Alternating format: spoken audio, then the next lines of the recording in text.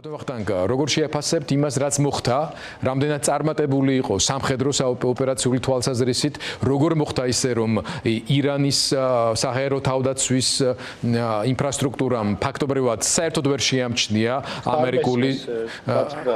ამერიკული სამხედრო ხომალდები აღდგება კავშირი ბატონ ვახტანგთან, როგორც კი აღდგება კავშირი და ის გვანიშნებს, რომ უკვე კავშირზეა, მე გავაგრძელებ შეკითხვების დასმას. მოკლედ, ძალიან საინტერესო იყო შეერთებული შტატების გაერთიანებული შტაბების სარდლის დღევანდელი პრესკონფერენცია, სანდაც მან აღწერა ვითარება რა გარემოშიც ამერიკელი სამხედროებიდან ფრინავები ოპერირებდნენ და მან რო თქვა, რომ ერთი გასროლის გარეშე შევიდნენ ამერიკული თვითმფრინავები და გამოვიდნენ ისე, რომ არათუ არანაირი დანაკარგი ოდნავი შეფერხებაც კი არ ქონიათ. ბატონ ვახტანგ, რაზე მეტყველებს ეს? როგორ ჩაიარა ამ სამხედრო ოპერაციამ და რამდენად წარმატებულად შეიძლება ჩაითვალოს? მოგესალმებით, თქვენ მაყურებელს, რა თქმა უნდა, ეს ჯერ კიდევ ბევრი დეტალი გამოჩნდება დროთა განმავლობაში, მაგრამ პირველი ის მონაცემები, რაც გაგვაჩნია, ეს საკმაოდ წარმატებული მოქმედება იყო. ეს იყო ეგრეთ წოდებული ქსელურ-ცენტრული network centric warfare, ქსელურ-ცენტრული სამხედრო მოქმედებების საომარი მოქმედებების ტიპიური მაგალითი, როდესაც ქსელური სენსორები, გადაწყვეტილის მიღებები, აღმასრულებელი გადაწილებული არიან იერარქიულად, რაც ამცირებს ოპერატიულ პაუზას, იზრდება სიზუსტე და გადაწყვეტილების მიღების პროცესი მოკლე დროში ხდება. ამდენად გამოჩნდა, რომ ფაქტურად ერთი თაობით უფრო წინ არის წასული დასავლური შესაძლებლობები, განვითარებული ქვეყნების ისრაელის და ამერიკის შეერთებული შტატების შესაძლებლობები პოსტსაბჭოთა თუ საბჭოთა ტიპის საომარი მოქმედების კონცეფციებთან. ფაქტურად დღეს ჩვენ ხედავთ არაბირთული შეკავების სტრატეგიის განვითარებას და ამერიკა კვლავ გამოდის წინა პლანზე, ლიდერის როლში. აქ უნდა გვავიწყდება ისიც, რომ ისრაელმა გააკეთა ძალიან დიდი შავი სამუშაო, როცა მოემზადებინა, გაესუფთავებინა ის მოედანი, სადაც შემდეგ უკვე ამერიკელები განახორციელებდნენ დარტყმას.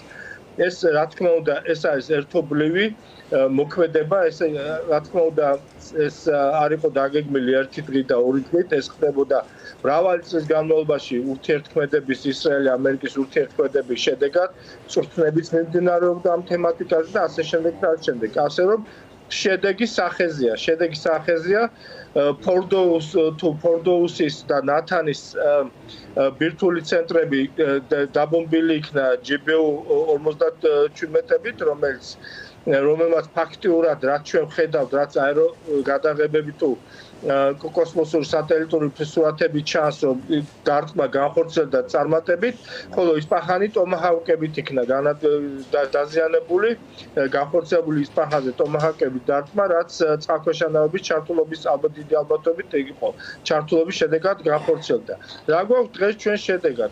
შედეგად ჩვენ გვაქვს ის, რომ ფაქტურად ის 5 საათი, რომელიც კვამლი ამოდიოდა, ხო, ფორდოუს ყოფილი, შეიძლება ითქვას უკვე ყოფილი ბირთვული ცენტრიდან, ბირთვული კვლევების ცენტრიდან.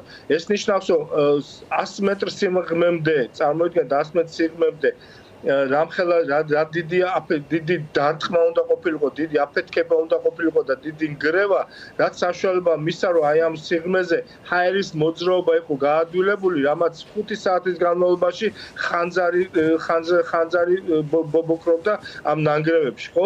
წარმოიდგინეთ რამხელა ძლიერი დარტყმა განხორციელდა და დარწმუნებული ვარ, რომ რა თქმა უნდა, ეს ბაზები მნიშვნელოვნად არიან დაზიანებულები. ერთი ფაქტია, აქ შეიძლება ერთ ფაქტზე ვისაუბროთ, რაც გულისხმობს იმ სატვირთო მანქანების აქტიურ მიმოსვლას, რომელიც შეიმჩნეოდა ამ დარტყმამდე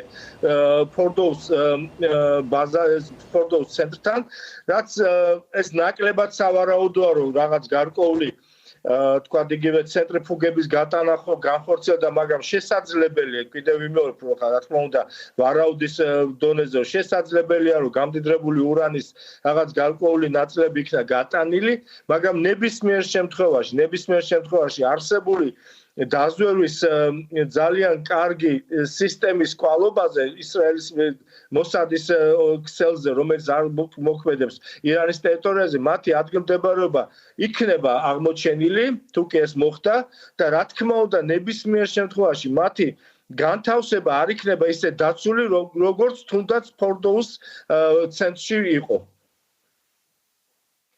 მოყვებით ზუსტად ამ ლოგიკაში და იმ შემთხვევაშიც კი თუ კი რაღაცა ნაწილის ევაკუირება მოასწრეს გამდიდრებული ურანის მოსადის ინფორმირებულების ხარისხ და სიღრმეს თუ გავითვალისწინებთ მე ეჭვება რომ ის თვალთაყურის არის მიღმა დარჩენილიყო მაგრამ რო დაუბრუნდეთ წმინდა სამხედრო სტრატეგიულ ბალანსს და კომპონენტს შეგვიძლია თუ არა ვთქვათ რომ დღეს ირანი რეგიონში სამეზობლოსთვის სამხედრო თვალსაზრისით ტონის და საფრთხის მატარებელ სახელმწიფოს აღარ წარმოადგენს. ის რა შედეგებიც დადგა და რაც გრძელდება კიდეც უკვე ისრაელის ავიაციის დარტყმების მეშვეობით, იმიტომ რომ მთელი დღის განმავლობაში დღესაც გრძელდებოდა ეს შეტევები, რამდენად სერიოზულად აზიანებს ამ ინფრასტრუქტურას და ესე ვთქვათ თავდასხმით შესაძლებლობებს და რა რესურსები არსებობს მათი აღდგენის. მოდით რამდენიმე იმად გავყვოთ ნაწილად. პირველ რიგში რეგიონისთვის ირანი რჩება გარკვეულ საფრთხედ, თუკი შენარჩუნდა ის ხელისუფლება, თუკი შენარჩუნდა ის მმართველობა, მაინც რჩება, რადგან სახმელეთო ძალები არ არიან დაზარალებული ამ შემთხვევაში ძირითადად მაინც რეგიონშიც ახლა რამოდენიმე სხვა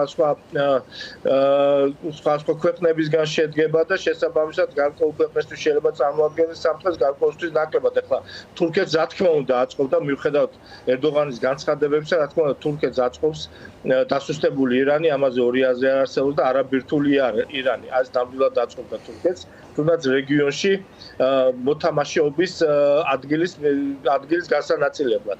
ეხლა უშუალოდ რა თქმა უნდა შეიძლება ვიგულისხმოთ რომ 20-30 წლით იქნება დაქვეითებული პოტენციალი ბირთვული იარაღის შექმნის მინიმუმს ვიძახი არსებული ვითარება ჯერ კიდევ არ დასრულებული ეს ოპერაცია დღევანდელი მოცემულობით ირანისთვის პოტენციალი ბირთვული იარაღის შექმნის სადღაც 20 წელზე მეტი ალბათ იქნება არის დაქვეითებული და კიდევ ეს გრძელდება ეს ოპერაციები გრძელდება რა შეიძლება განახორციელოს ირანმა ირანს პასუხი რა შეიძლება იყოს ირანის ხო ალბათ მე ესე გავიგე თქვა პირველი ეს არის რომ თქვა მაგალითად განახორციელოს ამერიკულ ბაზებზე დარტყმა ერაყში იქ არის რაღაც შიიტური ჯგუფები, პროირანული ჯგუფები, რომელიც შეიძლება იქ გამოყენებული იქნა ირანის მიერ. მიუხედავად იმისა, რომ შიიტურმა პოლიციამ განაცხადა, ეგრეთ წოდებული შიიტურმა პოლიციამ განაცხადა, რომ არ მოემხრობა ირანს და უერთდება ერაყის